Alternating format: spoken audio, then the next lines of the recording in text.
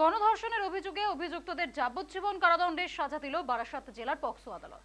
2022 সালের জুলাই মাসে 18 তারিখ নিউ টাউনের ইকো পার্ক এলাকায় এক নাবালিকা এবং তার নাবালক বন্ধুকে নিয়ে সাইকেল করে ঘুরতে আসে। সেই সময় তিনজন যুবক পুলিশের পরিচয় দিয়ে পাশে এক জায়গায় থাকার জায়গায় নিয়ে গিয়ে নাবালককে মারধর করে এবং নাবালিকাকে ধর্ষণ করে। গত শনিবার অভিযুক্তদের বারাসাত জেলার পক্সো আদালত দোষী সাব্যস্ত করে। আজ ছিল সেই সাজা ঘোষণা।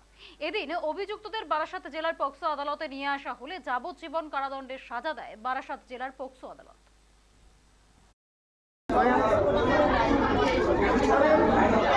22 সালের ঘটনা খুব অল্প সময়ের মধ্যে আমরা শেষ করতে পেরেছি।